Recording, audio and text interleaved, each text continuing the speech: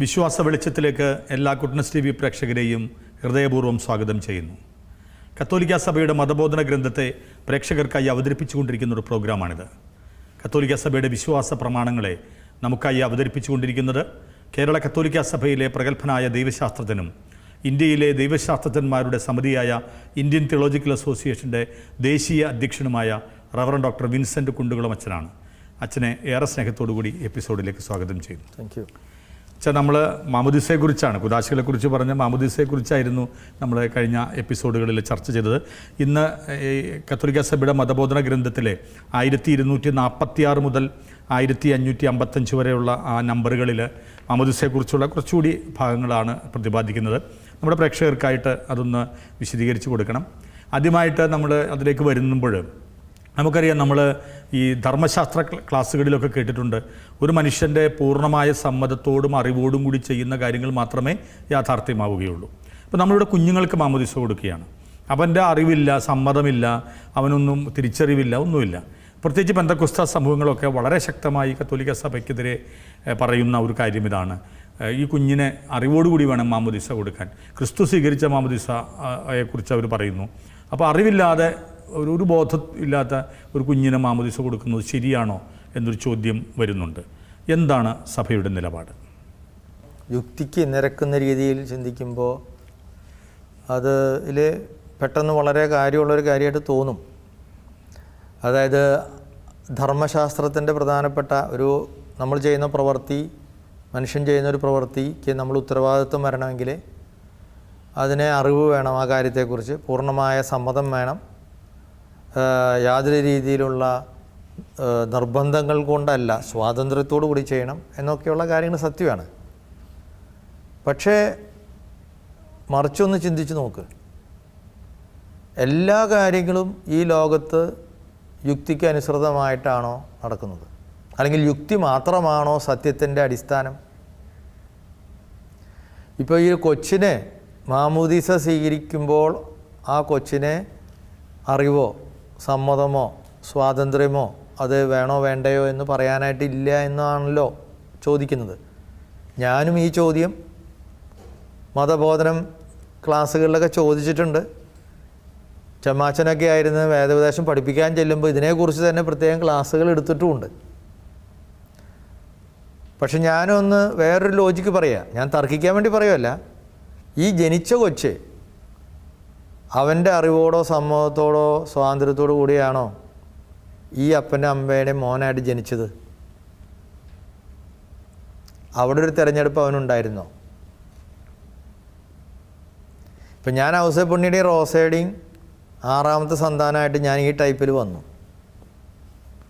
ഇന്നുണ്ടായിരുന്ന മക്കളോട് ചോദിക്കുകയാണ്, അവർക്കൊരു സ്വാതന്ത്ര്യം കൊടുക്കുകയാണ്. ഇപ്പോൾ ബിജുവിനെ 2-3 മക്കൾ കാണുമല്ലോ, അവർ പറയാണ്, ഞങ്ങളുടെ അപ്പനെ അമ്മേനെയും തിരഞ്ഞെടുക്കാനുള്ള സ്വാതന്ത്ര്യം ഞങ്ങൾക്ക് ഉണ്ടായിട്ടില്ല. ഇവിടെ എന്ത് സ്വാതന്ത്ര്യമാണോ ഇത് എന്ന് ചോദിക്കാൻ പറ്റുമോ? ഈ ജീവിതത്തിൽ യുക്തി മാത്രമല്ല. ഇപ്പോൾ നമ്മൾ ഈ സ്റ്റുഡിയോയിൽ ഇവിടെ ഇരിക്കുന്നു, യുക്തിയാണെങ്കിൽ ഇവിടെ നോക്കണമെങ്കിൽ ഇവിടെ വായു ഉണ്ടോ എന്ന് ആർക്ക് പറയാൻ പറ്റും? ഞാൻ ഒന്നും കാണുന്നില്ല. പക്ഷെ വായു ഇല്ലാത്തൊരു സമയമാണെങ്കിൽ നമ്മളോട് ഇരിക്കാൻ പറ്റില്ല, ശ്വാസം മുട്ടി നമ്മൾ ചാവുമല്ലോ. പലതും നമ്മൾ യുക്തിക്ക് കാണുന്നില്ല, അനുഭവിക്കുന്നില്ല. പക്ഷെ അനുഭവിക്കാത്തതെല്ലാം, യുക്തിക്ക് നിരക്കാത്തതെല്ലാം തെറ്റാണ് എന്നുള്ളൊരു ചിന്ത നല്ലതാണെന്ന് എനിക്ക് തോന്നുന്നില്ല. അതല്ല യാഥാർത്ഥ്യം. വാസ്തവത്തിൽ നമ്മുടെ ഒരു മനുഷ്യ ജീവിതത്തിലെ ആ വ്യക്തി തിരഞ്ഞെടുക്കുന്ന കാര്യങ്ങൾ വളരെ ലിമിറ്റഡാണ്. ആന്ത്രോപോളജി എന്ന് പറയുന്ന വിഷയം പല കാര്യങ്ങളും നമ്മൾക്ക് തിരഞ്ഞെടുക്കാൻ അവകാശമില്ലാത്തതാണ് താനും. ഇങ്ങേരു ഭാര്യനെ തിരഞ്ഞെടുത്തത് കണ്ടിട്ട് കൊള്ളാമെന്നൊക്കെ പറഞ്ഞെടുത്തു എന്ന് പറഞ്ഞാൽ പൂർണ്ണ അറിവുണ്ടായിരുന്നോ അവളെക്കുറിച്ച്? അവൾക്ക് നമ്മളെ പൂർണ്ണമായിട്ട് അറിവുണ്ടായിരുന്നോ? പണ്ടത്തെ കാര്യമൊക്കെയാണെങ്കിൽ പിന്നെ ഇത്ര സ്ത്രീധനം എന്ത് കൊടുക്കും എന്നൊക്കെ ചോദിച്ചാൽ അവർ തമ്മിലൊക്കെ തീരുമാനിക്കും. ഇപ്പോൾ പണ്ടൊന്നും നിങ്ങൾ തമ്മിൽ പ്രൈവറ്റായിട്ട് സംസാരിച്ചിട്ട് പോലും ഉണ്ടാവില്ല. അപ്പോൾ ഈ അറിവും നമ്മൾ അറിവുണ്ട്, പൂർണ്ണ സമ്മതമുണ്ട്, സ്വാതന്ത്ര്യത്തോടു കൂടെയാണ് എടുത്ത തീരുമാനങ്ങളിൽ നിന്ന് നമ്മൾ പലപ്പോഴും വിചാരിക്കുന്നുണ്ട് അതിലെന്തുമാത്രം സ്വാതന്ത്ര്യമുണ്ട്. ഇപ്പോൾ എനിക്ക് ഇപ്പോൾ ഒന്ന് ഉച്ചയ്ക്ക് നമ്മൾ ഊണ് കഴിക്കുമ്പോൾ നമുക്ക് തരുന്നത് മീൻ വറുത്തതാണെന്ന് വിചാരിക്കുക. അതിലപ്പോൾ നമുക്ക് ഭയങ്കര ഇഷ്ടമായി. നമ്മൾ അല്ലെങ്കിൽ 2-3 സാധനങ്ങൾ അവിടെ വെച്ചിട്ടുണ്ട്. മീൻ വെച്ചിട്ടുണ്ട്, ഇച്ചിരി ഇറച്ചി വെച്ചിട്ടുണ്ട്, ഇച്ചിരി പച്ചക്കറിയും വെച്ചിട്ടുണ്ട്. നമ്മളിതിൽ ഇഷ്ടമുള്ളതൊക്കെ പറഞ്ഞു നമ്മൾ സന്തോഷത്തോടെ തിരഞ്ഞെടുത്ത പോലെ തിരഞ്ഞെടുക്കുവാണ്. എനിക്ക് മീൻ ഇഷ്ടമാണ്, കുറേ നാളായി മത്തി കിട്ടിയിട്ട് വറുത്ത് പറഞ്ഞാൽ പൂശണം എന്ന് വിചാരിച്ച് അതുകൊണ്ട് എടുക്കണം. അപ്പോൾ നമ്മൾ വിചാരിക്കും സ്വതന്ത്രമായിട്ട് തിരഞ്ഞെടുത്തു എന്ന് വിചാരിച്ചു. പക്ഷേ എനിക്ക് മത്തിയോടുള്ള ഇഷ്ടം ആര് തീരുമാനിച്ചു? എങ്ങനെയാണ് എന്നിൽ വന്നു ചേർന്നത്? കാരണം എൻ്റെ ചെറുപ്പനാൾ മുതലേ ചിലപ്പോൾ മത്തി വറുത്തത് ഇങ്ങനെ കിട്ടിയിട്ട് തിന്നിട്ട് പരിചയിച്ചിട്ട് അതാണ് ഏറ്റവും ഭംഗിയെന്ന് നല്ലത് എന്ന് എനിക്ക് എൻ്റെ ടേസ്റ്റ് ഡിറ്റർമിൻ്റാണ്. ഇന്നത്തെ കാലഘട്ടത്തിൽ നമ്മളൊരു സൂപ്പർ മാർക്കറ്റിൽ എന്നൊരു സാധനം മേടിക്കുമ്പോൾ 40 തരം സോപ്പായിരിക്കണേ.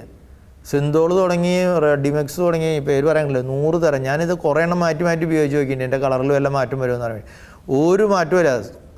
ഈ മണം മാത്രമേ മാറ്റമുള്ളൂ. സാധനം എല്ലാം ഒന്ന് തന്നെയാണ്. അപ്പോൾ നമ്മുടെ മുന്നിൽ വെറും ഒരു മരീചിക സൃഷ്ടിക്കുകയാണ് സ്വാതന്ത്ര്യം ഉണ്ടെന്ന്. പിന്നെ നമ്മൾ ഏതെങ്കിലും പരസ്യത്തിൽ കണ്ട ഒരു സാധനം നമ്മൾ ക്ലിക്ക് ചെയ്തിട്ടാണ് നമ്മൾ എടുക്കുന്നത്. We are not at all free. അപ്പോൾ ഇതൊക്കെ വെറുതെ യുക്തിക്ക് പലപ്പോഴും പറയാമെന്ന് മാത്രമേ ഉള്ളൂ. ഞാൻ അതിനെക്കുറിച്ച് തർക്കിക്കുകയല്ല, ഞാൻ വേറൊരു വശം പറഞ്ഞെന്ന് മാത്രം. അപ്പോൾ മാമുദീസയിലൂടെ ജനിക്കുന്ന മാമുദീസ ചെറുപ്പത്തിലൊരു കുട്ടിക്ക് കൊടുക്കണോ, കുട്ടിക്ക് അറിവില്ലേ സമ്മതമില്ലേ എന്ന് വെച്ച് കഴിഞ്ഞാൽ ആ കുട്ടിയെ ജനിപ്പിച്ചതും ആ കുട്ടിയെ കുഞ്ഞു വളർത്തുന്നതും ആ കുട്ടിയുടെ ലൗകികമായ ജീവിതത്തിലെ ബൗദ്ധികമായ ജീവിതത്തിൽ ആ കുട്ടിക്ക് യുക്തമെന്ന് നല്ലതാണെന്ന് മാതാപിതാക്കൾ തീരുമാനിക്കുന്ന എല്ലാ കാര്യവും ചെയ്യാനുള്ള പാക്കേജാണ് പാരൻ്റ്ഹുഡ്. അത് വളരെ ശരിയാണ് അച്ഛൻ. കാരണം വെച്ചാൽ എന്നോട് ഈ 12ാം ക്ലാസ്സിൽ കുട്ടികൾ ഇത് ചോദിച്ചിട്ടുണ്ട്. ഞാൻ അവരോട് അച്ഛൻ ചോദിച്ച ചോദ്യം തന്നെയാണ് തിരിച്ചു ചോദിച്ചത്. അവരുടെ മാതാപിതാക്കളെ അവർ സെലക്ട് ചെയ്തതല്ല, അവരുടെ പേര്. ഇപ്പം എൻ്റെ മൂത്ത മോള് പറയും ഈ ആൻസ് മരിയ, ഇതൊരു തല്ലിപ്പള്ളി എന്തിനാ ഇട്ടത്? അവൾക്ക് ചോയ്സ് ഉണ്ടായിരുന്നില്ല തിരഞ്ഞെടുക്കാനായിട്ട്. നമ്മൾ നല്ലത് കൊടുത്തേ തുടങ്ങിക്കോട്ടെ എന്നൊക്കെ വിചാരിച്ചിട്ട്. വേറൊരു കാര്യം, ഈ കൊച്ചു നാണമാകുന്നു എന്ന് എപ്പോഴെങ്കിലും പറഞ്ഞപ്പോഴാണോ നമ്മൾ അവരെ വസ്ത്രം ഉടിപ്പിച്ചത്? കൊച്ചിന് വിശക്കുന്നു എന്ന് പറഞ്ഞപ്പോഴാണോ നമ്മൾ ഭക്ഷണം കൊടുത്തത്? കൊച്ചിന് എനിക്ക് ഇമ്മ്യൂണൈസ് ചെയ്യണമെന്ന് പറഞ്ഞപ്പോഴാണോ ഇമ്മ്യൂണൈസ് ചെയ്ത്? സൂപ്പർ സാധനങ്ങളാണ്. അതെ. അപ്പോൾ മാതാപിതാക്കൾക്ക് കുഞ്ഞിൻ്റെ വളർച്ചയ്ക്ക്, ശാരീരികമായ വളർച്ചയ്ക്ക് ആവശ്യമായതാണ് ഇത് എന്ന് ബോധ്യമുള്ളൊരു കാര്യം മാതാപിതാക്കൾ കുട്ടികൾക്ക് കൊടുക്കുന്നു. എന്ന് പറഞ്ഞതുപോലെ അവരുടെ ആത്മീയ വളർച്ചയ്ക്ക് ഉപകരിക്കുന്ന ഏറ്റവും പ്രധാനപ്പെട്ടതൊന്നാണ് എന്ന മാമുദീസ എന്ന് ബോധ്യമുള്ള മാതാപിതാക്കൾ അത് തൻ്റെ പ്രിയപ്പെട്ട കുഞ്ഞിന് കൊടുക്കുന്നു. അതിൽ യുക്തിയില്ലേ? അത് പറഞ്ഞപ്പോൾ എങ്ങനെയാണ് പിള്ളേർ അത് പറഞ്ഞപ്പോൾ കുട്ടികൾക്ക് കാര്യം മനസ്സിലായി. കാരണം കുട്ടികൾക്ക് പിന്നെ അതിനോടൊരു ചോദ്യം പിന്നെ ഒന്നും പറഞ്ഞില്ല. കാരണം ഒരു പെന്തക്കോസ്തക്കാരാണല്ലോ ഇവരെ പഠിപ്പിച്ച് ഈ പെന്തക്കോസ്ത സുഹൃത്തുക്കളൊക്കെ പറയുമ്പോഴാണ് ഈ യൂത്ത് ഇങ്ങനെ ചോദിക്കുന്നത്. പക്ഷേ ഈ ഒരു കാര്യം നമ്മൾ ശ്രദ്ധിക്കണം. കാരണം സ്കൂള് തിരഞ്ഞെടുത്തു. ഏത് സ്കൂള് പഠിപ്പിക്കണമെന്ന് പേരൻറ്റ് തീരുമാനിക്കുന്നത് എന്തിനാണ്? അവർക്ക് അവരുടെ നല്ല വളർച്ചയ്ക്ക് അവർ കുട്ടികൾ ആരും തിരഞ്ഞെടുത്തതല്ല സ്കൂള്. അപ്പോൾ കുട്ടികളുടെ ബൗദ്ധികമായും ശാരീരികമായ വളർച്ചയ്ക്ക് ഉപകാരപ്പെടുന്നത് മാതാപിതാക്കൾ തിരഞ്ഞെടുത്തതുപോലെ മാതാപിതാക്കൾക്ക് ബോധ്യമുണ്ടായിരുന്ന ഒരു കാര്യം. മാതാപിതാക്കൾക്ക് ഇത് ബോധ്യമുണ്ടെന്ന് വേറൊരു വശം. പക്ഷേ അവർക്ക് അനുഭവിച്ച ആ ഒരു ക്രിസ്തുവിനെ തൻ്റെ കുഞ്ഞുങ്ങൾക്ക് കൊടുക്കുക എന്ന് പറയുന്നത് ഏറ്റവും വലിയൊരു നല്ല കാര്യമല്ലേ എന്ന് ചോദിക്കുമ്പോൾ ഒരു പക്ഷേ അതിലൊരു യുക്തിയുണ്ട് അച്ഛാ. അതുകൊണ്ട് അതും ഒരു യുക്തിയാണ്. അതെ. അപ്പോൾ അതിലൊരു യുക്തിയുണ്ട് എന്ന് പറഞ്ഞ് വളരെ മനോഹരമായി. അതായത് ഒരു കുട്ടിക്ക് ദൈവത്തിൻ്റെ ശിശുവായി വളരാനുള്ള ഒരവകാശമുണ്ട്. കാരണം ആത്യന്തികമായിട്ട് ഈ കുട്ടി അപ്പനും അമ്മയുടെ അല്ല. ഈ കുട്ടി ഞാൻ ഏതോ മുമ്പൊരു എപ്പിസോഡിൽ പറഞ്ഞതുപോലെ അവൻ ദൈവത്തിൻ്റെ ഒരംശമായിട്ട് ഈ ലോകത്തിലൂടെ യാത്ര ചെയ്യാണ്. അതിനുള്ള വെറും ഒരു സാധ്യതയാണ് അപ്പനും അമ്മയും. അപ്പോൾ അവനൊരു ദൈവത്തിൻ്റെ തന്നെ പുത്രനും പുത്രിയുമാണ്. ദൈവത്തിൻ്റെ പുത്രിയായ ഒരു കുട്ടിക്ക്, ദൈവത്തിൻ്റെ പുത്രനായൊരു കുട്ടിക്ക് ഈ ലോകത്തിലെ കാര്യങ്ങൾ നേരിടാനായിട്ടുള്ള പ്രസാദവരം ലഭിക്കുന്ന കൂതാശ ലഭിക്കാൻ ആ കുട്ടിക്ക് അവകാശമുണ്ട്. പാരൻ്റ് നേരത്തെ നമ്മൾ പറഞ്ഞതുപോലെ അവന് നല്ലതാണ് അവൾക്ക് നല്ലതാണെന്ന് കൊടുക്കുന്നത് പോലെ തന്നെ ആ കുട്ടിയുടെ ഒരു അവകാശമാണത്. നേരത്തെ ബിജു മനോഹരമായിട്ട് പറഞ്ഞു, കുട്ടിക്ക് വിശപ്പുണ്ട് എന്ന് കുട്ടി ആവശ്യപ്പെട്ടിട്ടല്ല, കുട്ടിയുടെ അവകാശമാണ് ഭക്ഷണം ലഭിക്കുക എന്നുള്ളത്, വസ്ത്രം ലഭിക്കുക എന്നുള്ളത്, പരിചരണം ലഭിക്കുക എന്നുള്ളത്. അപ്പോൾ അതുകൊണ്ട് തന്നെയാണ് സഭയിലെ ആദിമ കാലഘട്ടം മുതലേ ഈ ശിശുമാമോദീസ ഉണ്ടായിരുന്നു. നമ്മൾ സഭാപിതാക്കന്മാരൊക്കെ നമ്മൾ വായിക്കുമ്പോൾ ഒറിജൻ എന്ന് പറയുന്ന സഭാപിതാവ് 3-ാം നൂറ്റാണ്ടിൽ ജീവിച്ചതാണ്. അദ്ദേഹം പറയുന്നുണ്ട്, കൃത്യമായിട്ട് പറയുന്നുണ്ട്, അപ്പസ്തോല കാലഘട്ടത്തിൽ, അതായത് ആദിമ നമ്മുടെ അപ്പസ്തോലന്മാർ സുവിശേഷം പ്രസംഗിച്ച് നടന്നിരുന്ന ആ കാലഘട്ടത്തിൽ തന്നെ കുടുംബങ്ങൾ ഒന്നായിട്ടാണ് മാമോദീസ സ്വീകരിച്ചിരുന്നത്. അവിടെ ഉണ്ടായിരുന്ന കുഞ്ഞുങ്ങളും മാതാപിതാക്കളോടൊപ്പം മാമോദീസ സ്വീകരിച്ചിരുന്നു. റോമിലെ ഹിപ്പോളിറ്റിസ് എഴുതുന്നുണ്ട്. അദ്ദേഹം എഴുതുന്നു, കുട്ടികളെ ചെറുപ്രായത്തിൽ തന്നെ ജ്ഞാനസ്നാന തൊട്ടിയിലേക്ക് കൊണ്ടുവന്നിരുന്നു. അതുപോലെ കാർത്തേജിലെ സെൻറ്റ് സിപ്രിയൻ പറയുന്നുണ്ട്, കുട്ടി ജനിച്ച് 8 ദിവസം കഴിയുമ്പോൾ സ്നാനം നടന്നിരുന്നു. ഈ 8 ദിവസത്തെ കാര്യമൊക്കെ നമ്മുടെ നാട്ടിൽ ഇപ്പോൾ അത് കുറച്ച് നീങ്ങി. ഇപ്പോൾ കൊറോണയായപ്പോൾ അത് പിന്നെ നീ 6 മാസമൊക്കെ ആയിട്ടുണ്ട്, പോട്ടെ. പക്ഷേ പണ്ട് അങ്ങനെ ആ കാലഘട്ടം മുതൽ, അപ്പസ്തോലിക കാലഘട്ടം മുതൽ ആദിമ നൂറ്റാണ്ട്, ചിലവർ പറയുന്നുണ്ട് 4-ാം നൂറ്റാണ്ടിലെ മാമോദീസയൊക്കെ വന്നുള്ളൂ എന്ന്. That is not right.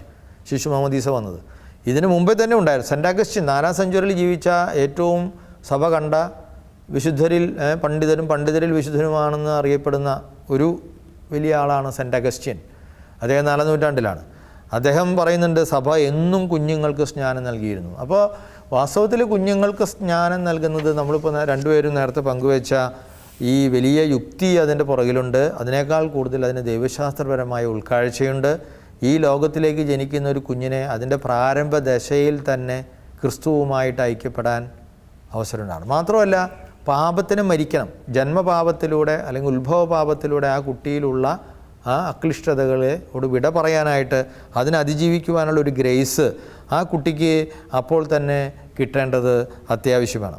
മാത്രമല്ല, ഈ മാമോദീസ സ്വീകരിക്കുന്നതിലൂടെ ഒരു കുട്ടി സംഭവിക്കുന്നത്, ഞാൻ നേരത്തെ എന്നോ പറഞ്ഞതുപോലെ സഭ പഠിപ്പിക്കുന്നത് അങ്ങനെയാണ്, ഒരു സഭയുടെ ശരീരത്തിലെ അംഗമാകുവാണ്. അപ്പോൾ ഈ കുട്ടിക്ക് പ്രസാദപരത്തിൽ മുന്നോട്ട് ജീവിക്കണമെങ്കിൽ, ഒരു സഭാഗാത്രത്തിൻ്റെ ഭാഗമാകണമെങ്കിൽ മാമോദീസ സ്വീകരിച്ച് അതിൽ മെമ്പറാകണം. അപ്പോഴാണ് അവൾക്ക് അവളുടെ വിശ്വാസത്തിൻ്റെ യാത്രയിൽ താങ്ങും തണലുമായിട്ട് മാതൃകയായിട്ട് ജീവിക്കുന്ന ഒരുപാട് മറ്റു ആളുകളെ നമുക്ക് കാണാനായിട്ട് അവർക്ക് അനുഭവിക്കാനും സാധിക്കുകയുള്ളൂ.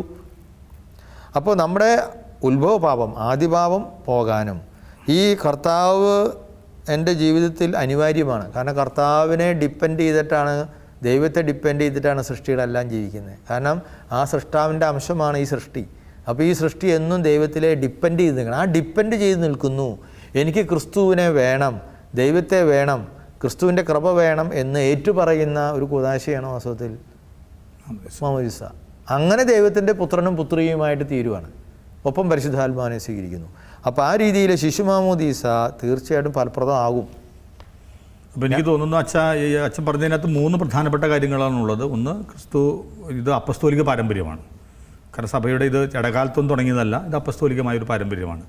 രണ്ടാമത്, ഈ കുഞ്ഞിന് ഇത് ക്രിസ്തുവിൽ ഒരു അതായത് ഈ കുഞ്ഞിനെ ജനിപ്പിച്ചത്, വാസ്തവത്തിൽ ജന്മം കൊടുത്തത് ദൈവമാണ്, ഒരു സഭയിലേക്ക് കൊണ്ടുവന്നതാണ്. അപ്പോൾ അതുകൊണ്ട് സഭാഗാത്രത്തിൽ അംഗമാകാനുള്ള, ക്രിസ്തുവിനെ അനുഭവിക്കാനുള്ള കുഞ്ഞിൻ്റെ അവകാശം അത് വളരെ പ്രധാനപ്പെട്ടതാണ്. മൂന്നാമത്, ഇത് അനുഭവിച്ച മാതാപിതാക്കൾക്ക് ആ കുഞ്ഞിനെ, ക്രിസ്തുവിനെ കൊടുക്കുക എന്നുള്ളത് അവരുടെയും കൂടി ഒരു ഉത്തരവാദിത്വമാണ്. അപ്പോൾ ഈ ഒരു അർത്ഥത്തിൽ ശിശു മാമോദീസ കത്തോലിക്ക സഭയിലുള്ളത് എന്തുകൊണ്ടും അർത്ഥവത്താണ് എന്നുള്ളത് നമ്മുടെ വിശ്വാസികൾ മനസ്സിലാക്കേണ്ട ഒരു കാര്യമാണ്. മറ്റൊരു ചോദ്യം എനിക്ക് തോന്നുന്നത്, സാധാരണ വിശ്വാസികൾ ചോദിക്കുന്ന ഒരു ചോദ്യമുണ്ട്, പ്രത്യേകിച്ച് യൂത്തൊക്കെ, ഈ ക്രിസ്ത്യാനിയാകാനായിട്ട് മാമോദീസ മുങ്ങേണ്ട കാര്യമുണ്ടോ? സുവിശേഷ അനുസൃതമായി ജീവിച്ചാൽ പോരെ? മാമോദീസ അനിവാര്യമാണോ എന്നൊരു ചോദ്യമുണ്ട്. എന്തു പറയുന്നു അച്ഛൻ അതിനെക്കുറിച്ച്? ചോദ്യം ഒരു അർത്ഥത്തിൽ കേൾക്കുമ്പോൾ നമുക്ക് വളരെ ആഴമായ ഒരു ചോദ്യമാണ് എന്ന് മനസ്സിലാവും, തോന്നും. ആണ്, ഇല്ല എന്ന് ഞാൻ പറയുന്നില്ല. പക്ഷേ ഇത് രണ്ടും ആവശ്യമാണെന്നുള്ളതാണ് എനിക്ക് പറയാനുള്ളത്. ഈ ഒരു ക്രിസ്ത്യാനിയാകാൻ മാമോദീസ സ്വീകരിക്കണോ എന്ന് ചോദിക്കുമ്പോൾ, ആ ചോദിക്കുന്ന ആൾ ക്രിസ്ത്യാനിയാകാൻ എന്നതുകൊണ്ട് ഉദ്ദേശിക്കുന്നത് എന്താണ് എന്നുള്ളതാണ് അതിലെ പ്രശ്നം. ഞാൻ ക്രിസ്ത്യാനിയാകുക എന്ന് പറഞ്ഞാൽ ക്രിസ്തുവിൻ്റെ ശിഷ്യനാകുക, ക്രിസ്തുവിൻ്റെ ശിഷ്യയാകുക, ക്രിസ്തുവിനെ അടുത്തനുകരിക്കുക.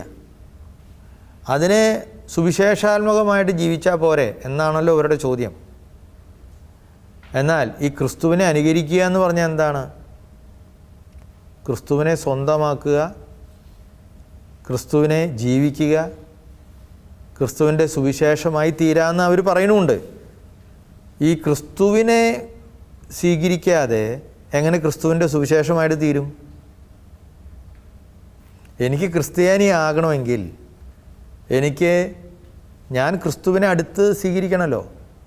ആ ക്രിസ്തുവിനെ പ്രദാനം ചെയ്യുന്ന കാര്യമാണ് മാമോദീസ, മറ്റു കുദാശകൾ. ഈ കുദാശകൾ സ്വീകരിക്കുന്നതിലൂടെയാണ് ക്രിസ്തു എന്ന രഹസ്യത്തെ ഞാൻ അറിയുന്നത്, ജീവിക്കുന്നത്.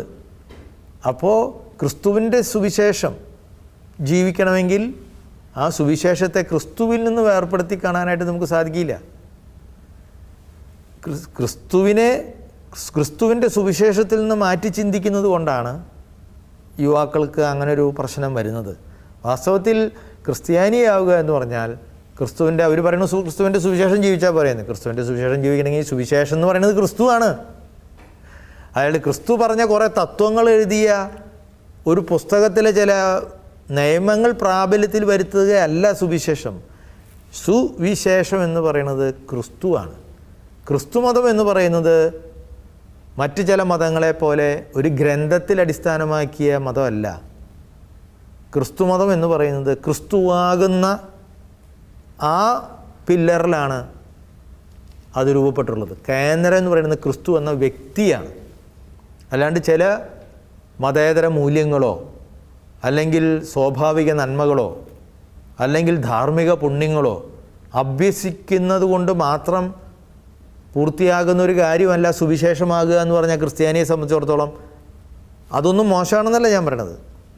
അതെല്ലാം ജീവിക്കുമ്പോൾ ഒരു ക്രിസ്ത്യാനിയാവുക എന്ന് പറയുന്നതിൻ്റെ അർത്ഥം ക്രിസ്തുവിനെ ഉൾക്കൊണ്ട് ഈ കാര്യങ്ങൾ ചെയ്യുമ്പോൾ അത് സാധാ ഒരാൾ ചെയ്യുന്ന പോലെയല്ല. അതിൻ്റെ അർത്ഥവും ലക്ഷ്യവും അതിൻ്റെ ഫലവും അങ്ങനെയല്ല. അപ്പോൾ ക്രിസ്തുവിൻ്റെ സുവിശേഷത്തെ മാറ്റി നിർത്തിക്കൊണ്ട് ക്രിസ്തുവിനെ എനിക്ക് വേണ്ട, മാമോദീസ എനിക്ക് വേണ്ട, ക്രിസ്തു മതത്തിലെ അംഗം ആകണ്ട, പക്ഷേ ഞാൻ ക്രിസ്തുവിൻ്റെ സുവിശേഷമായിട്ട് ജീവിച്ചോ എന്ന് പറഞ്ഞാൽ you may be A good social worker, but A social worker is very much different from A disciple of Christ. അവിടെയാണ് ഈ വിശ്വാസത്തിൻ്റെയും മാമോദീസയുടെയും കൂദാശകളുടെയും വചനത്തിൻ്റെയും ഒക്കെ അർത്ഥം നമ്മുടെ ജീവിതത്തിലേക്ക് കടന്നു വരുന്നത്. അതുകൊണ്ട് നിക്കോദേമോസ് അത്ര മോശമല്ലായിരുന്നല്ലോ. കർത്താവിനെ ഒരു സത്യാന്വേഷിയായിരുന്നു നിക്കോദേമോസ്. അതുകൊണ്ടാണല്ലോ അദ്ദേഹം സാൻഹെദ്രിനിലൊക്കെ ഉണ്ടായിരുന്ന ഈ പാർട്ടി രാത്രിയിൽ വന്ന് കർത്താവിനോട് സംവദിക്കുന്നത്. അത്രയും നല്ല മനുഷ്യനായിരുന്ന നിക്കോദേമോസിനോട് കർത്താവ് പറയണത്, നീ ജലത്താലും ആത്മാവിനാലും വീണ്ടും ജനിക്കുന്നില്ലെങ്കിൽ നിനക്ക് നിത്യജീവൻ ലഭിക്കില്ല എന്ന് പറയണേ. അപ്പോൾ അതിൻ്റെ അർത്ഥം ഈ മാമോദീസ സ്വീകരിക്കുന്നതിലൂടെ ഞാൻ പറഞ്ഞില്ല അതൊരു ചടങ്ങായിട്ട് കാണുന്നത് കൊണ്ടാണ്, അല്ലെങ്കിൽ അത് ഏതോ കമ്മ്യൂണിറ്റിയിലേക്ക് ഒരു സമുദായത്തിലേക്ക് പ്രവേശനം ചെയ്യാനുള്ള ഒരു രജിസ്ട്രേഷൻ പരിപാടിയായിട്ട് കാണുന്നത് കൊണ്ടാണ് ഈ മാമോദീസയെ അങ്ങനെ ആളുകൾ തെറ്റിദ്ധരിക്കുന്നത്. അവരുടെ കുഴപ്പമില്ല, അത് ഈ രീതിയിൽ നമ്മൾ ചെയ്തു പോകുന്ന ഒരു പ്രശ്നമാണ്. കർത്താവ് വളരെ വ്യക്തമായിട്ട് അത് പറഞ്ഞിട്ടുണ്ട്. മത്തായിയുടെ സുവിശേഷത്തിൽ 28-ാം അധ്യായത്തിൽ 19-20 വാക്യങ്ങൾ, അവസാനത്തെ മിഷൻ മാൻഡേറ്റ്, നിങ്ങൾ ലോകമെങ്ങും പോയി സുവിശേഷം പ്രസംഗിക്കുവിൻ. ആ സുവിശേഷം സ്വീകരിക്കുന്നവരെ സ്നാനപ്പെടുത്തുവിൻ. നിർബന്ധിച്ച് ആരെയും സ്നാനപ്പെടുത്തുന്ന കർത്താവ് പറഞ്ഞിട്ടില്ല. അത് സ്വീകരിക്കുന്നവരെ സ്നാനപ്പെടുത്തുവിൻ എന്ന് കൃത്യമായിട്ട് കർത്താവ് പറഞ്ഞിട്ടുണ്ട്. അപ്പോൾ സ്നാനപ്പെടുത്തുക എന്നുള്ളത്, മാമോദീസ സ്വീകരിക്കുക എന്നുള്ളത് ക്രിസ്തുവിൻ്റെ സുവിശേഷമായി തീരാൻ ഏറ്റവും അനിവാര്യമായ കാര്യം തന്നെയാണ് എന്നാണ് എനിക്ക് അതിനോട് ദൈവശാസ്ത്രപരമായിട്ട് എൻ്റെ പരിമിതമായ അറിവ് വെച്ച് പറയാനുള്ളത്. അപ്പോൾ തീർച്ചയായിട്ടും ഇപ്പം നമ്മൾ ഈ എപ്പിസോഡിൽ നമ്മൾ പറഞ്ഞു വെച്ചത് പ്രധാനപ്പെട്ട കാര്യങ്ങൾ ഈ ശിശു മാമോദീസയാണ്. വളരെ പ്രത്യേകിച്ച് ആളുകൾക്ക് സംശയമുള്ളൊരു കാര്യം. 2, നമ്മൾ ഒരു ക്രിസ്ത്യാനി എന്ന നിലയിൽ മാമോദീസ സ്വീകരിക്കേണ്ടത് അനിവാര്യമാണോ എന്നുള്ളത് വളരെ മനോഹരമായിട്ട് അച്ഛൻ ഉത്തരം പറഞ്ഞു.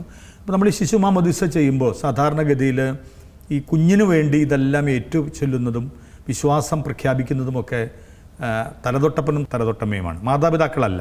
എന്തുകൊണ്ടാണ് ഈ തലതൊട്ടപ്പനും തലതൊട്ടമ്മയും അങ്ങനെ ഉണ്ടാകുന്നത്?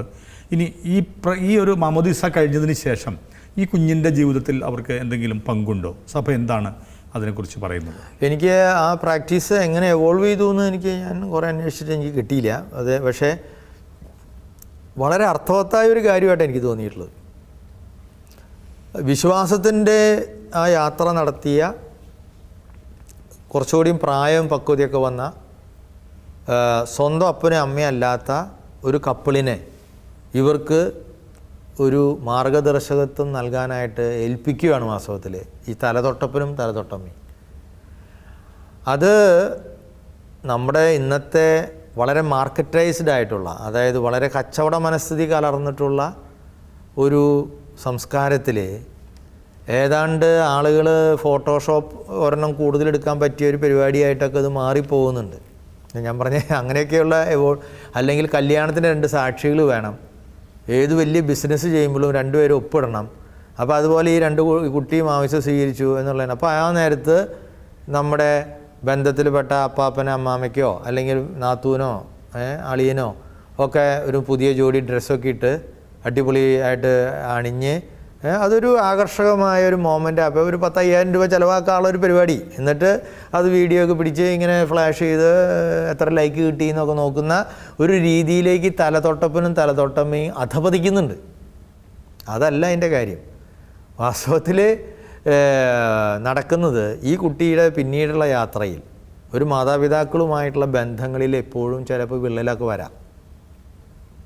കാരണം ഫ്രോയിഡൊക്കെ പറയുന്ന പോലെ പിതൃഹത്യ എന്ന് പറയുന്ന ഒരു ഇൻസ്റ്റിങ്ക്റ്റ് ഉണ്ട് എല്ലാ മനുഷ്യനിലും. Killing instinct, killing of the father, killing of the മദറും ഉണ്ട്.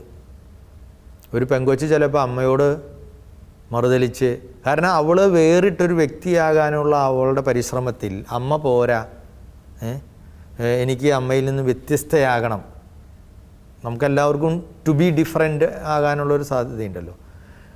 പ്രായപൂർത്തി എത്തുമ്പോൾ ബിജുവിൻ്റെ മോനും ചിലപ്പോൾ ബിജുവിനോട് ഒരു ദിവസം പറയും, അപ്പനെ വിവരമില്ല, അച്ഛൻ പറഞ്ഞ പോലെയൊന്നല്ല ചെയ്യണത്, ചാച്ചൻ പറഞ്ഞ പോലെയൊന്നല്ല ചെയ്യുന്നത് എന്ന് പറഞ്ഞാൽ, അല്ലെങ്കിൽ ഞാൻ കേൾക്കാൻ ഉദ്ദേശിക്കുന്നില്ല, ഞാൻ എൻ്റെ ഇഷ്ടം പോലെ ചെയ്യും എന്ന് പറയുന്നൊരു നിമിഷമുണ്ട്. അത് പൂർണ്ണമായിട്ടൊരു ആ കൊച്ചി ആ അഡൾട്ടിലേക്ക് പ്രവേശിക്കുമ്പോൾ ഞാൻ അഡൾട്ടായി, അപ്പനെ പോലെ ആണ് തന്നെയാണ്, I am different from you എന്ന് സ്ഥാപിക്കാനുള്ളൊരു പരിശ്രമത്തിൻ്റെ ഭാഗമായിട്ട് കൂടി ആയിരിക്കും അവർ പക്ഷേ അങ്ങനെ ചെയ്യുന്നത്. കുറച്ച് കഴിയുമ്പോൾ അവനത് മനസ്സിലാവും, ഞാൻ ഇച്ചിരി ഏറിപ്പോയി, നമ്മളാണെങ്കിൽ ഭയങ്കര വേദനയോടുകൂടി അത് കേൾക്കുകയും ചെയ്യും. പക്ഷെ മനസ്സിലാക്കുന്ന ആൾക്കാരാണെങ്കിൽ ഓക്കെ, ഇതൊക്കെ ഞാനും എൻ്റെ അപ്പനോട് പറഞ്ഞതാണെന്ന് തിരിച്ചറിയും. പക്ഷെ ഞാൻ പറഞ്ഞു വന്നത്, ഈ ഇങ്ങനെയുള്ളൊരു സ്വഭാവം മനുഷ്യനുണ്ട്.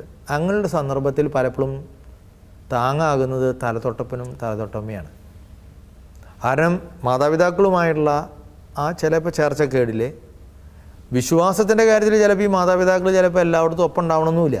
ഇന്ന് ജോലി സംബന്ധമായ കാര്യങ്ങൾ ഓരോരുത്തരും ഓരോ നാട്ടിലൊക്കെയാണ്, ഗ്രാൻഡ് പാരൻസും ഇല്ല ചിലപ്പോൾ. അപ്പോൾ ഈ ആളുകൾക്ക് സന്മാർഗത്തിൻ്റെ പാതയിൽ, ധാർമ്മിക ജീവിതത്തിൽ, കൗതാശിക ജീവിതത്തിലൊക്കെ ഇവരെ അക്കമ്പനി ചെയ്യാൻ അപ്പോൾ അവർക്ക് വലിയൊരു ഉത്തരവാദിത്വമാണത്, ഈ തലതൊട്ടപ്പനും തലതൊട്ടമ്മയ്ക്കും. നേരത്തെ പറഞ്ഞ പോലെയുള്ള ഒരു സ്വന്തം ഇമേജ് വർദ്ധിപ്പിക്കാനുള്ളൊരു സമയമല്ല, ഷൈൻ ചെയ്യാനുള്ള സമയമല്ല. അവരുടെ ജീവിതത്തിലൂടെ, ജീവിത മാതൃകയിലൂടെ ഈ സ്വീകരിച്ച മാമോദീസ അത് ദിവസവും ജീവിക്കാനുള്ളതാണെന്ന് അവർക്ക് നിരന്തരമായി ഓർമ്മപ്പെടുത്തി കൊടുക്കാം. വാക്കിനേക്കാൾ കൂടുതൽ ജീവിതത്തിലൂടെ ഒരു അക്കമ്പനി ചെയ്യാൻ അവരെ, അതുപോലെ അവർക്കൊന്ന് ലിസൺ ചെയ്യാൻ, ആ കുട്ടികളെ ഒന്ന് കേൾക്കാൻ, അവരുടെ ഇപ്പം നേരത്തെ നമ്മളൊക്കെ ചോദിച്ച പോലെ യുവാക്കൾ ചോദിക്കുന്നു എന്ന് പറയുന്ന വിശ്വാസത്തിൻ്റെ പ്രശ്നങ്ങൾ ഉന്നയിക്കാൻ, അതിനെക്കുറിച്ച് അവരുടെ ഉൾക്കാഴ്ചകൾ പങ്കുവയ്ക്കാൻ, അങ്ങനെ വാസ്തവത്തിൽ സഭയിൽ, സഭാഗാത്രത്തിൽ അവർക്ക് ഏറെ സ്വന്തമെന്ന് തോന്നുന്ന, എന്നാൽ ഏറ്റവും അപ്പനും അമ്മയല്ലാത്ത ഒരു കപ്പിളിന് ഈ കുട്ടിക്ക് സംഭാവന നൽകുന്ന മനോഹരമായ ഒരു സാമൂഹ്യ സെറ്റപ്പാണ് വാസ്തവത്തിൽ സഭയിലെ ഈ തലതൊട്ടപ്പും തലതൊട്ടമ്മയും നടത്തുന്നത്. അപ്പോൾ വാസ്തവത്തിൽ അവർക്ക് വലിയൊരു പങ്കുണ്ട്. കാരണം അവൻ്റെ അവിടെ മുതലുള്ള ജീവിതത്തിൽ അവനെ നേർവഴിയിലേക്ക് നയിക്കാൻ, അല്ലെങ്കിൽ വിശ്വാസപരമായി വളർത്താൻ, അവൻ്റെ ധാർമ്മികമായ ആ ബോധം വളർത്താനൊക്കെ ഈ തലതൊട്ടപ്പനും തലതൊട്ടമ്മയ്ക്കും വലിയൊരു പങ്കുണ്ട് വാസ്തവത്തിൽ. അത് ചെയ്യണമുണ്ട്. ഇപ്പം ഞാൻ ഓർക്കണം, എൻ്റെ എനിക്ക് പട്ടം കിട്ടിയപ്പോൾ പട്ടത്തിന് മുമ്പ് ഞാൻ എൻ്റെ വീട്ടിൽ ആകെ ഉച്ചയ്ക്ക് ഞങ്ങൾ 20 പേരെ ഉണ്ടായിരുന്നുള്ളൂ. ഒരാളെ ഞാൻ ക്ഷണിക്കാൻ സമ്മതിച്ചില്ല, കാരണം പട്ടം കഴിഞ്ഞിട്ട് എല്ലാവർക്കും കാപ്പി കൊടുത്തു. പക്ഷേ എൻ്റെ തലതൊട്ട അമ്മയെ, വല്യമ്മ ഉണ്ടായിരുന്നു, വല്യമ്മയെ ഞാൻ ക്ഷണിച്ചു. മാത്രമല്ല ആ വല്യപ്പൻ്റെ വീട്ടുകാർക്ക് വലിയ താല്പര്യമായിരുന്നു വല്യമ്മയ്ക്ക് കാസ അവർക്ക് തരണമെന്ന് അന്ന്. അപ്പോൾ ഞാനത് സ്വീകരിച്ചു. ഒരാളുടെ ഒന്നും ഗിഫ്റ്റ് മേടിക്കാൻ എനിക്ക് താല്പര്യമില്ലായിരുന്നു. പക്ഷേ തലതൊട്ടമ്മ തരുമ്പോൾ, അതായത് എൻ്റെ ജീവിതത്തിൻ്റെ പ്രധാനപ്പെട്ട ഘട്ടങ്ങളിൽ അവർ അക്കമ്പനി ചെയ്യുകയാണ്. ആ പ്രധാനപ്പെട്ട ഒരു രഹസ്യത്തിൽ അവരുടേതായ ഒരു പങ്ക് ബലിയർപ്പിക്കാൻ. അപ്പോൾ അങ്ങനെയുള്ളൊരു കാര്യം ഇവർ ചെയ്യണം.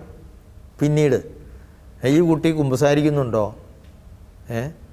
ഇവൻ എങ്ങനെയാണ് ജീവിക്കുന്നത്, കുർബാനയ്ക്ക് പോകുന്നുണ്ട് ഇടയ്ക്ക്, ഇവൻ അവരുടെ കല്യാണം വരുന്നു, അല്ലെങ്കിൽ അവരുടെ പട്ടം വരുന്നു.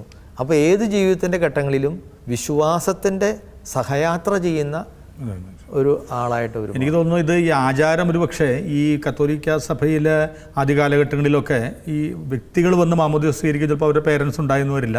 അപ്പോൾ അവർക്കൊരു പേരൻഹുഡ് എന്ന നിലയിൽ ആരെങ്കിലും മുതിർന്ന വിശ്വാസികൾ അവർക്ക് വേണ്ടി നിലകൊണ്ടു. അങ്ങനെ ആയിരിക്കും ഒരു പക്ഷേ ഈ ആചാരം വന്നതെന്ന് ഞാൻ മനസ്സിലാക്കുന്നു. കാറ്റഗുമിനേറ്റും ചിലപ്പോൾ സഹായിച്ചിട്ടുണ്ടാവും. അപ്പോൾ അതോടൊപ്പം തന്നെ ഇത് അച്ഛൻ കൊടുത്ത ഈ വിശദീകരണം ഇത് കാണുന്ന ഒരു പ്രേക്ഷകർ, അവരിൽ നിരവധി പേര് തലതൊട്ടപ്പന്മാരും ഉണ്ടാകാം. അവർക്കൊക്കെ ഇതൊരു പ്രചോദനമാകട്ടെ. അവർ മാമോദിസ മുക്കിയ ആ കുഞ്ഞുങ്ങളുടെ കാര്യത്തിൽ അവർക്കൊരു വലിയ ഉത്തരവാദിത്തം ദൈവം അവരെ ഏൽപ്പിച്ചിട്ടുണ്ടെന്നും ആ ഉത്തരവാദിത്തം അവർ ജീവിതത്തിൽ നിറവേറ്റണം എന്നുള്ള ഒരു ബോധം ഇത് കാണുന്ന സമയമുണ്ടെങ്കിൽ ഞാൻ ഒരു കാര്യം കൂടി പറയാം. ഇതുപോലെ തന്നെ ആരാണോ മാമോദിസ മുക്കിയെ ആ അച്ഛനെയും, അതെ തീർച്ചയായും, ഞാൻ പാരീസിൽ പഠിച്ചുകൊണ്ടിരിക്കുകയും സേവനം ചെയ്യുമ്പോൾ ചെയ്ത അവസരത്തിൽ ഞാൻ പോയി മാമോദിസ മുക്കിയ ഒരു ഫ്രഞ്ച് കപ്പിളിൻ്റെ കുട്ടികൾ ഉണ്ട്, ഞാനുണ്ട്, പിന്നെ വേറൊരു തൃശ്ശൂർ അച്ഛൻ, അവനും മുക്കിയ രണ്ടാമത്തെ കുട്ടിയാണ് ഞാൻ പോകുന്നതിന് ശേഷം. ആ കുട്ടികളെ ഫ്രാൻസിൽ നിന്ന് ഈ 2 വർഷം മുമ്പ്, ഈ കൊറോണയ്ക്ക് പറഞ്ഞതിന് മുമ്പ്, അവർ വളർന്ന് ഒരു 8-9 വയസ്സൊക്കെ ആയ സമയത്ത് കേരളത്തിലേക്ക് കൊണ്ടുവന്നിട്ട് ഈ അച്ഛനാണ് മോനെ മാമോദിസ മുക്കിയെന്ന് ആ കപ്പിള് അവരുടെ ഗ്രാൻഡ് പാരൻസും കൊണ്ടുവന്ന് കാണിച്ചു. ഇവിടെ 2-3 ദിവസം ഞങ്ങൾ ഒരുമിച്ച് ചിലവഴിക്കുകയും ചെയ്തു. അത്രമാത്രം ആ യൂറോപ്പിലുള്ള പാരൻസ് നമ്മൾ മാമോദിസ മുക്കിയ അച്ഛനെ അവർ ഇമ്പോർട്ടൻസ് കൊടുക്കുന്നുണ്ട്. തീർച്ചയായും. അപ്പോൾ അച്ഛൻ നമുക്കതല്ലേ എപ്പിസോഡ് അവസാനിപ്പിക്കാൻ സമയമായിരിക്കുന്നു. എനിക്ക് തോന്നുന്നു മാമോദിസയെക്കുറിച്ച് ഇത് കാണുന്ന പ്രേക്ഷകർക്ക് മാമോദിസയുടെ പ്രാധാന്യം എന്താണെന്ന് ഒരുപക്ഷെ വലിയൊരു ഉൾക്കാഴ്ച ലഭിക്കുമെന്ന് ഞാൻ പ്രതീക്ഷിക്കുന്നു. അച്ഛന് പ്രത്യേകം നന്ദി.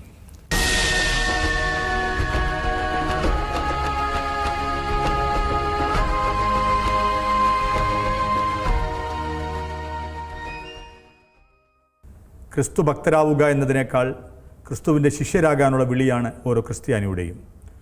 ആ ക്രിസ്തു ശിഷ്യത്വത്തിലേക്ക് അടുക്കുവാനായിട്ട് ക്രിസ്തുവിൻ്റെ സഭയുടെ അംഗമാകാനുള്ള വലിയ ഒരു പ്രവേശന കുദാശയാണ് മാമോദിസ.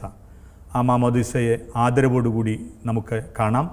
മാമോദിസയുടെ ഫലങ്ങൾ നിത്യജീവിതത്തിൽ അനുഭവിക്കുവാൻ നമുക്ക് കഴിയട്ടെ. അടുത്ത എപ്പിസോഡിൽ നമുക്ക് വീണ്ടും കണ്ടുമുട്ടാം. എല്ലാവർക്കും നന്ദി, നമസ്കാരം.